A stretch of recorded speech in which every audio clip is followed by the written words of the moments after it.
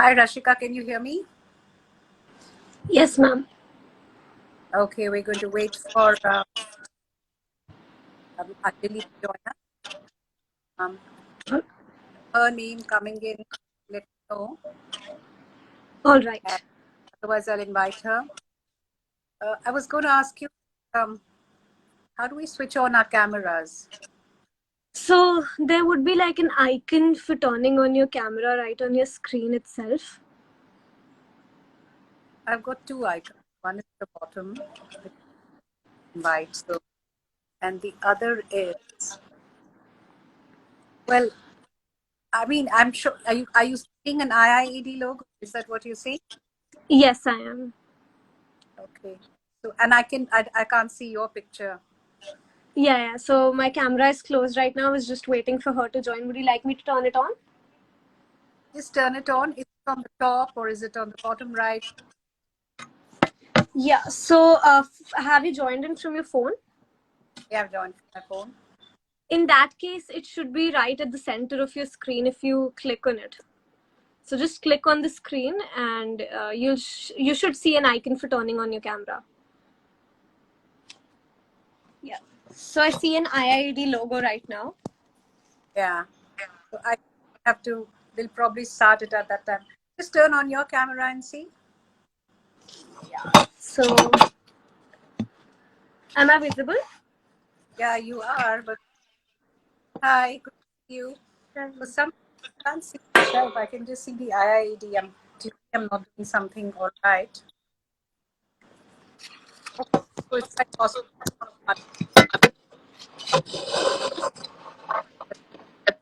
Setting.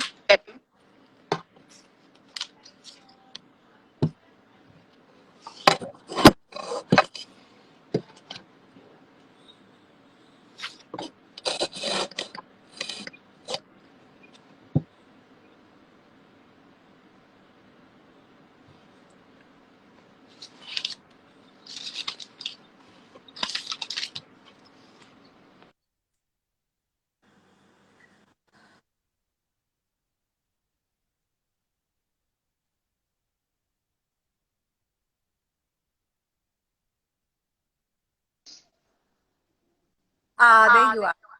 Hi. Anjali, so good to see you. I for some Madhu. Yeah, we can't see you.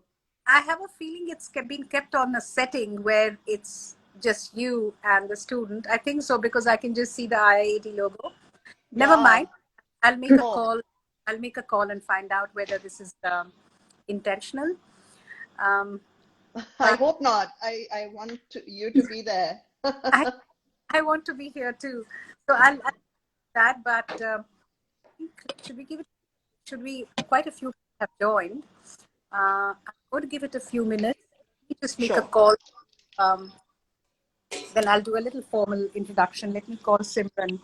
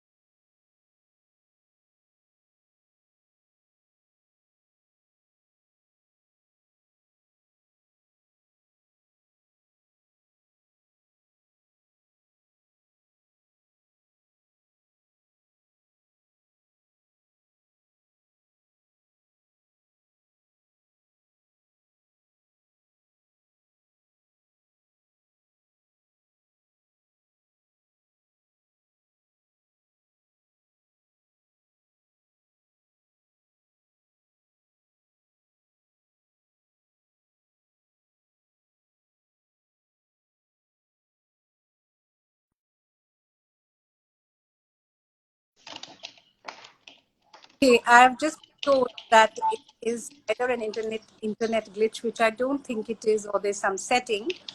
But let's start. Anjali, I want we have this young friend here with us, a student, and this talk is really around students.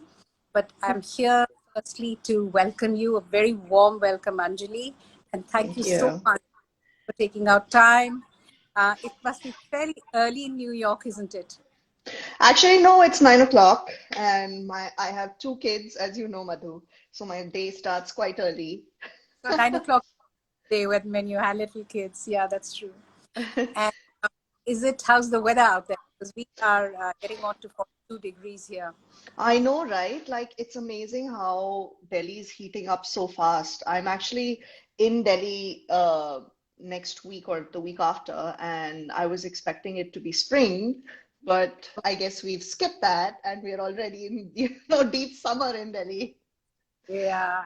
So, no, the weather here is really nice. It's spring finally here, so it's lovely, it's sunny, and all the trees are just bursting with flowers. So it's just spectacular, like Wow. it's therapy actually, just looking at the trees and the flowers, it's just real therapy. I'm sure it is. Because here also, despite the heat, this is when all the summer flowers happen. So right now the gulmohars are in, and then we're going to get Oh, burnt. Looking forward to all that. right. And that's probably where it's interesting we should be talking about that, because I know one of the most important part of your design, the soul of your design, is actually all about, the green and the plants, etc. Let me uh, Rashika, what we have here with us is Rashika. She is an L4 student at Okay. IIAD, which is Indian Institute of Art and Design, and where I've been teaching for the last couple of years. Rashika is a very young student. She is what you would say a year after the foundation. She is full of questions, but I told her the chances are that by the time Anjali has spoken a bit about herself, most of your questions will be answered. So we'll begin with you just introducing yourself a little bit, and then just talking about your work. I think the name of your company probably gives you away, and then when we see your work, we know in many ways what it's all about. So lovely to have you. Thank Uh, you. you can Yeah, thank you. And everyone, you guys should also know that Madhu has been an amazing kind of mentor to me, where I have reached out to her, when I was in flux about, my practice, and I had questions because, running a practice, I think, is quite hard, and doing it the way maybe that we want to do it at Grounded is makes it harder, right? So we're not a very sort of commercially focused architecture practice, which I think a lot of architectural practices want to be that way. But the reality of the industry is that, there's just a lot of competition, and unfortunately, the profession of architecture and design is there. You are, say that. yay. I have to make a confession. It was neither a computer internet glitch, nor was it anything from IID side. It was me being a little dense Oh, about. I know, but No, technology is very hard, Madhu. So don't blame yourself, I tell you. It's just becoming more and more complex. But anyways, yeah, so I was just saying that, the profession is, I found it to be quite challenging, and the real focus for us is to continue to do very good work. And we also don't want to put ourselves in a box when it comes to design aesthetics. So we want to keep pushing our, design values, and sort of our detailing and the materials that we use. We want to keep evolving and pushing that. And uh, you know, yeah, so it's a difficult space to be in. So I've turned to Madhu for a lot of questions. So you guys are very lucky to have her as your professor. And okay, so a little bit about but myself and put the button a little bit. What Anjali just said, that she reached out to me. Though this was, I think, only a couple of years ago, but because it was before COVID, it seems eons ago. Uh, That's true. I know. So we need to make up for the lost time, Madhu. Sorry. So let me start by introducing myself. My name is Anjali Mangalgiri. I run a practice called Grounded. We primarily run the practice out of Goa. We also have a small sort of unit practice out of Singapore, which is where I mostly spend my time. I live there, where I started Grounded in 2010. I moved from New York to start the practice. And the reason why I started the practice in Goa was because that was a style of architecture that I wanted to practice. And, I was very lucky to be able to choose that in a way, but I really wanted to do work that was very site specific, which was, building around trees and looking at views and using natural materials. And yeah, so for me, I thought the Konkan coast was very ripe with those kind of references. And Goa just seemed like a really good place to start. So as I said, I was lucky to do that, and I did that in 2010. Before that, I was living in New York and working here. And before that, I went to graduate school in the US, which was at MIT and Columbia. And prior to that, I went to architecture school at SPA in Delhi. So that's my background. At Grounded, we do two things. We actually have a traditional architectural design practice where we take up mostly homes. We design homes. We've been very lucky to design some, beautiful homes on beautiful sites. So I think that we've been lucky to be offered lovely sites with beautiful views and, surplus land. So we're not land constrained. And then also, having full grown beautiful trees to work around, slopes and contours. So, we've been very lucky with that. We also have a division where we actually develop homes in Goa. So these are one-off, unique, architecturally designed homes that we sell. So there are sort of two things that we do. And our architectural design practice pays us very little, and our business pretty much runs on the commercial development practice. But we like to do architectural work. We do limited architectural work, so we are able to pick and choose a little bit. But we, do it because it helps us push our architectural language. Because, the moment you have a client that you're working with, it just brings a whole another element to, design. And, they bring their own challenges and their own aesthetics, and working with that is really interesting. So we come up with really, fun, interesting designs, and I enjoy that. I also really enjoy building homes for people because, these are homes that people live in and they enjoy. So even like after 5, 8, 10 years, I love it when people come back to me and they tell me that it's improved their quality of living, it's extended their life in a way, and, they have sort of so many beautiful memories in those homes. So that to me is one of my biggest sort of achievement. We also were on the AD 100 list this year. So that again, I love because, it's a recognition that I think was valuable to me. And yeah, so that's us. We're a small team. We don't want to grow too much. We're about, 8 to 10 people at one time. I do not, I used to say I only want to be 5 people. Now I say I only want to be 10 people, and I don't want to grow beyond that. So yeah, that's us, It's actually so interesting when you say this, that when we look at what is happening to the present day scenario, and I think I heard with you 2 years ago when you said uh, basically wanted to sort of need to share my thoughts about what would it mean to start a practice here. And I remember telling you that students seek practices, and I want the students to hear this as well also. Because, as young designers, that is one thing, that's a dream that all young have.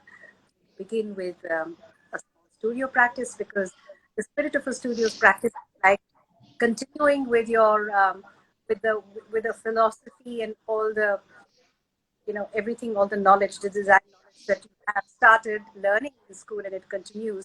And you don't, while you do get to the nitty of running small, and as Anjali said, rightly said, understand why many designers fall, is that you do have control of quality of what you do and quality of how much how you enjoy it.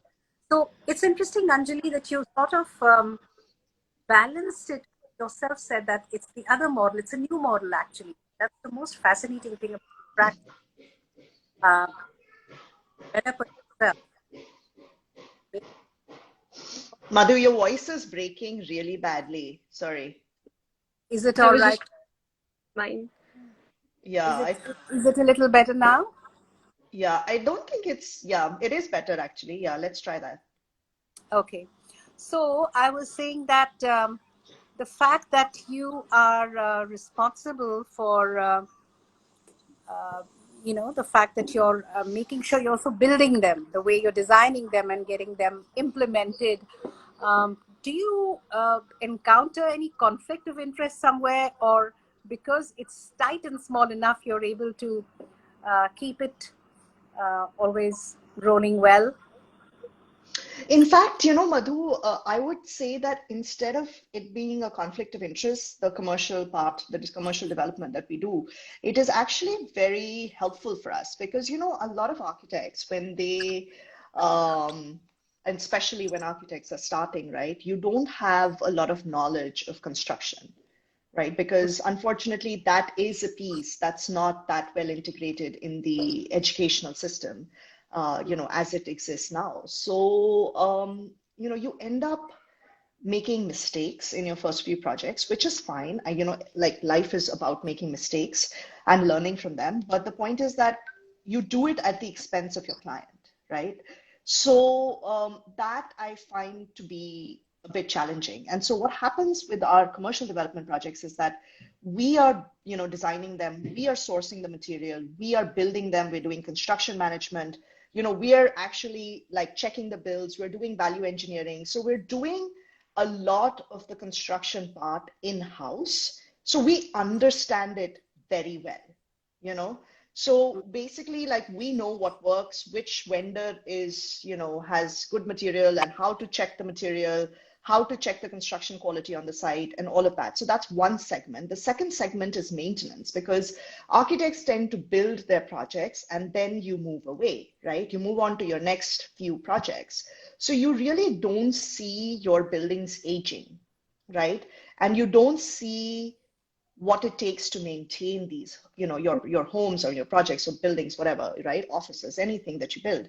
And for us, because there are times when we maybe, I mean, in the past, at least when we started, we would build homes that, wouldn't sell immediately, right? So we would actually have to maintain them for a while. And so that was such a huge lesson for me early in my career because, building these huge homes with, beautiful materials, beautiful craftsmanship, natural materials, building with the trees and everything presents a set of sort of maintenance challenges as a person lives in them, right? So because we had to maintain the homes, we learned that part as well. And that knowledge is what I now integrate into our designs going forward, even though we're designing for private clients. But I can foresee, how a beautifully louvered, for example, right? Like a beautifully louvered, whatever, openings, like shutters, look great in photographs, right? They look marvelous and everyone wants them. But then I can actually sort of tell them and, make them aware that X, Y, this presents this maintenance challenge for you, right? So, a lot of glass, for example, right, is great. It looks beautiful, and in the world of Instagram and everything and Pinterest that we're living in, we're just constantly looking at so much imagery. But to understand what it means to live in it in the Indian weather, in the Indian climate, with the Indian lifestyle, I think it's quite priceless for me as a, sort of as design criteria that I'm able to bring into design projects. That is a important point that you've uh, made, right? Something that get I would say burn. Tackling these issues also about appropriate not in terms of location specificity, but also um, what it means, the overall space. But I would say more, Rashika would like to uh, ask, ask a few questions or add in or join. Yeah, so definitely. So, as somebody who looked at a lot of your work and even just talking, like how you mentioned, Goa was the place that called out to you because that kind of art was something that you wanted to work on. And I think that is something very interesting because even when look at most of the work done by your company, you can see that it is contemporary, but at the same time, it has like a very rustic, or may I even say grounded feeling to it. So, what inspired you to integrate vernacular with the contemporary design? What was about this architecture that attracted you in the first place?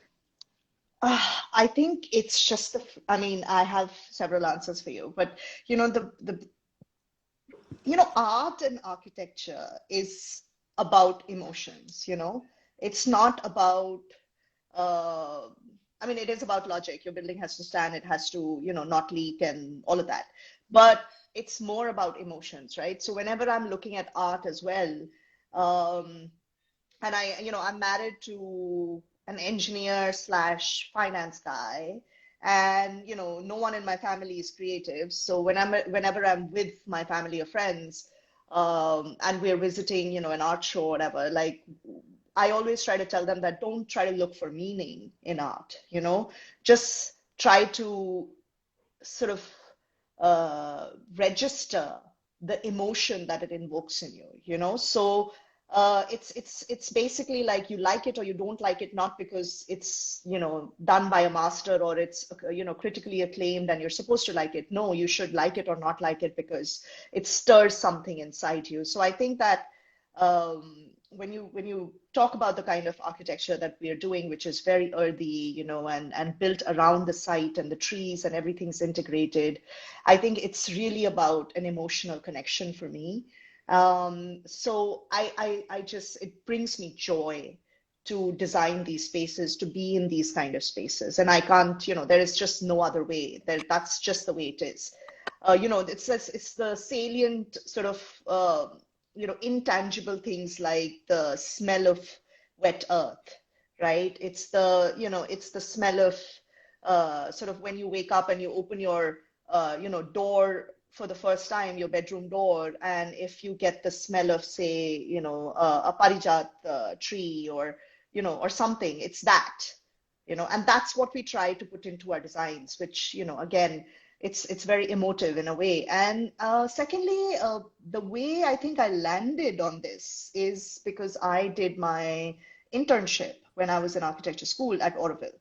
So Mhm. I spent a lot of time, about 3 to 4 months, living in Oroville, and that changed me, because I had, since until that time, I, was sort of born and brought up in Delhi, in, like, the midst of Delhi, and I didn't have the experience of this kind of semi-rural living, which I got when I went to Oroville. And at that time, and I know, I have actually never been back since because I'm so afraid of, you know, like spoiling the experience that I have in my head of the place. Because I'm told that it's changed a lot now. But when I went there, which was in the year 2000, 22 years back, there were no paved roads. It was just like red mud roads, and we would actually walk the whole day, like we would be barefoot, so we wouldn't forget about like having motorized transportation. We would be barefoot the whole time. So I would cycle everywhere and I would be barefoot. And, along with this main red earth road that was there, there were these cycle paths that were in the wilderness, which would run on the side of the road. And, I would take that cycle path, and it was a very solitary sort of experience, but it was so amazing because you would see like these like really colorful insects on the bike path. So I would actually stop and like wait for them to cross, right? And things like that. Like, again, they're very small things, but um, they change the way you perceive life, right? And walls. So that was another thing that I learned when I was in Oroville. I was like, and Oroville is all about experimentation. So not just about building material, but also about like, how you design and what you build, how you build, right? So I kind of realized that, we take walls and, like just rectilinear walls and rooms for granted when we live in Delhi, for example, right?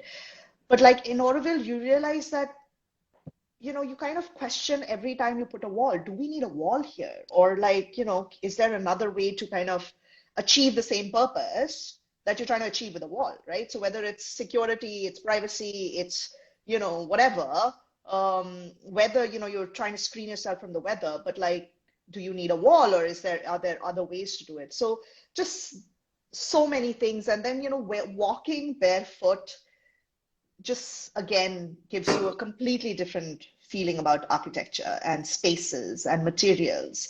So I constantly actually talk about that, even for the houses that we design, where, I constantly think about when we're doing especially flooring, right? So like, what does this space feel like under your feet? Right? So yeah, so that's the answer to your question. Like, I have been very lucky. I'm still very lucky to be able to do what I'm doing and the kind of architecture that I'm doing, because it brings me real joy. Yeah. So I think as like a budding designer, hearing you talk about your work with such with so many emotions, is very refreshing for me as well. And I think we learned very early on that the art and the design side you work side by side whenever you're taking up a project. So I think I can relate on you.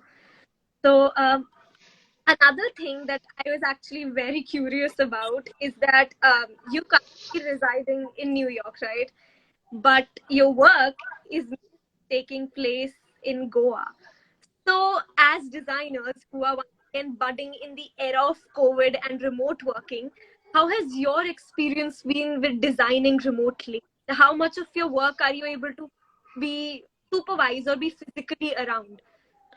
So, not just in Goa, we have a project in Chennai right now, we have a project in Bangalore right now, and we have a project in Singapore, and then we have a few projects in Goa. So we are doing work in several places. And, if you think about it, like if you were a practitioner in Delhi, for example, right, and you get these amazing projects in Chennai, Bangalore, whatever, Singapore, you will not say no to them, right?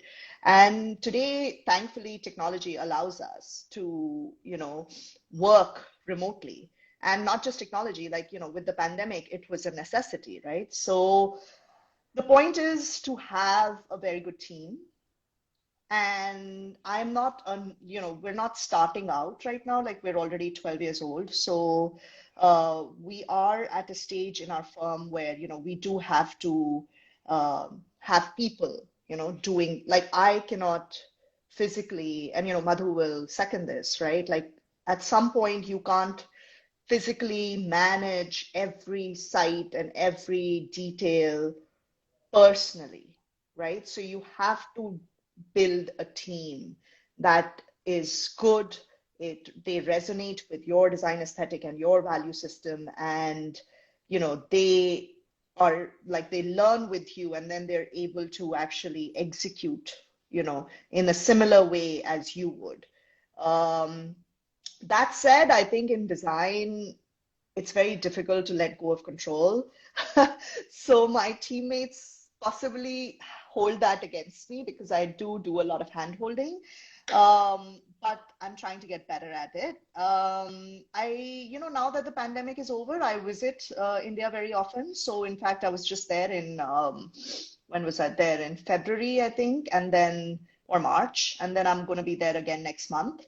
So, with like flights the way they are and Zoom the way it is, which is so easy. Like we can share drawings, we can annotate on drawings, and our clients are everywhere too, so like my clients from Bangalore are constantly traveling. Like, my client, the last time I did a meeting with him, he was here in Princeton in New Jersey. Before that, he was in Sweden Before that, he was in Delhi, right? So every meeting that I've done with him until now, he's been in a different geographic location. So, the point is that you can't collaborate face to face all the time, and technology helps. And in fact, maybe it helps in actually making the process more efficient, where you are not, first of all, you're cutting out the travel time to go meet your clients. You can just do it on Zoom, right? So it's more efficient.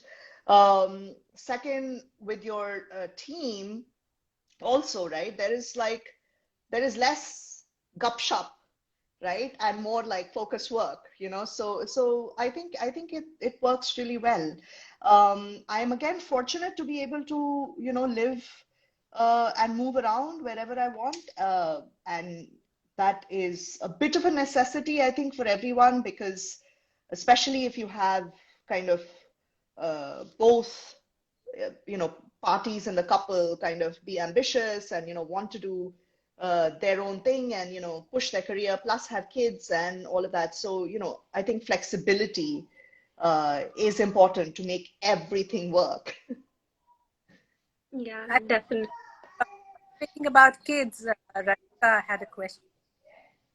And one of the things I was talking about it was that in today's, sorry, I'm just giving a little more ground to what I'm going to be asking you just now, which is that in today's day and age, I really don't want to talk about, I mean, when there was about women in design and women in culture, I still, because things have changed in terms of homemaking is now, most cases, both the couples, the degree of involvement, of course, changes depending on your partner's job and career, etc. But the days that it was the sole homemaker, it's sort of breaking down a little bit. So it's very much dominant. And Rashika's question was more than a question, she was just a little amazed about how you make this happen. You got two tiny babies, and well, one tiny baby, one not so tiny, and that's exactly like the way it was for me. So I'll let her ask that question. Yeah, so I'm mainly curious about, were there any changes that you made in the way you practice your design after becoming a parent?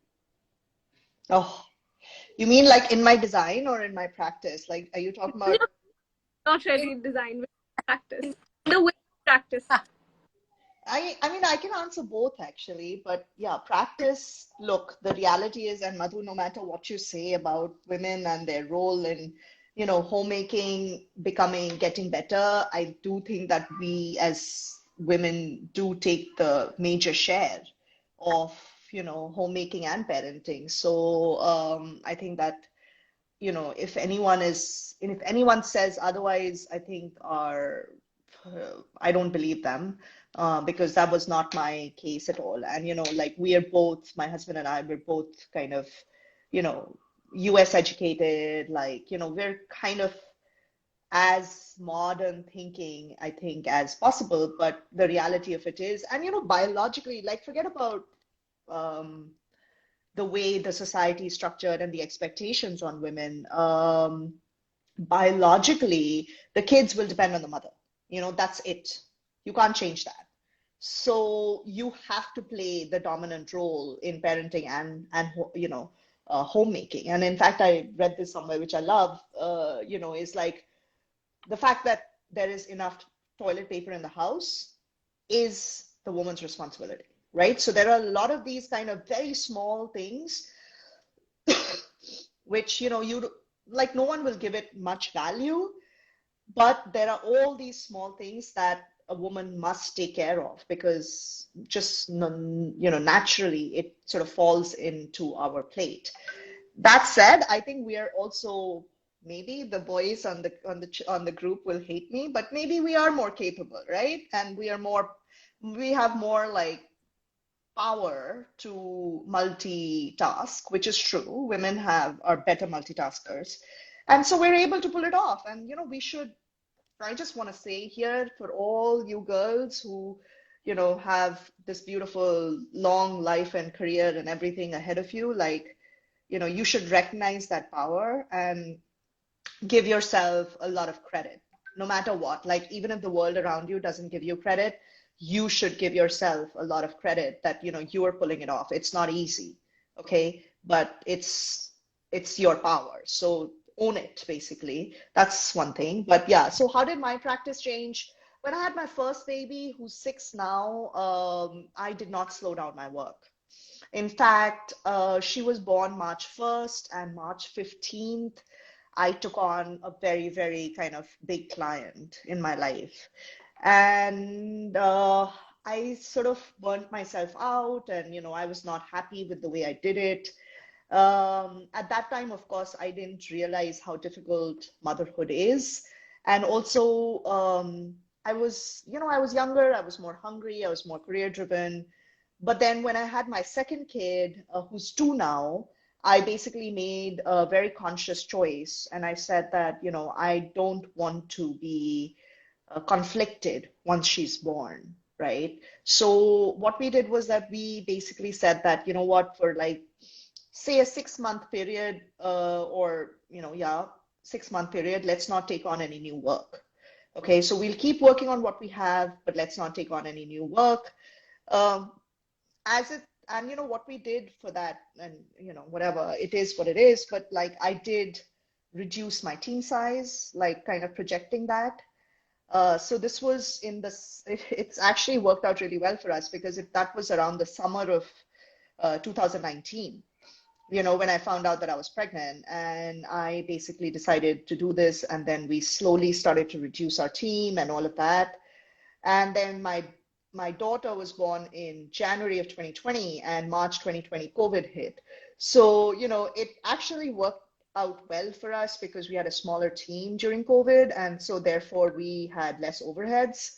So it worked out, and I got to spend kind of more one-on-one time with my daughter. Because of COVID, I was kind of stuck to being in Singapore with her where she was born, and I couldn't travel. So, there was no push and pull in my life, which I liked, but it's a very difficult question, because a lot of women actually stop working when they have kids because of this reason, right? Because kids are like, first of all, being pregnant, I'm sorry I'm saying all this, but I think these are important things to be said. But like, going through a pregnancy and giving birth to a baby, all of that is very difficult on a woman, okay? Just that's it. It's no matter what, it's difficult. And secondly, the babies, they're small only for, that amount of time. Then they grow up, right? So you want to enjoy that time with them as well. So it's a tough choice as to how much you reduce your work, or whether you stop work, or whether you don't. That's also a fair choice, which is what I did when I had my first kid. And it's all very personal. It should not, like, we should not judge people, I think, for it, or women. We should not judge women for it. We should just, it's a personal choice. And, the only thing we can ask for is that we as women get to decide, how much we want to pare back. Great. So I don't know what the students are right now. A huge long debate, and when it comes to, I personally, when I'm told that how come there are no many the design world visible, they're there, mind you, doing work, but they're not visible levels. That's what I want to say. Just one way of practicing. So many doing it, and quite another IG live to have that take that conversation further.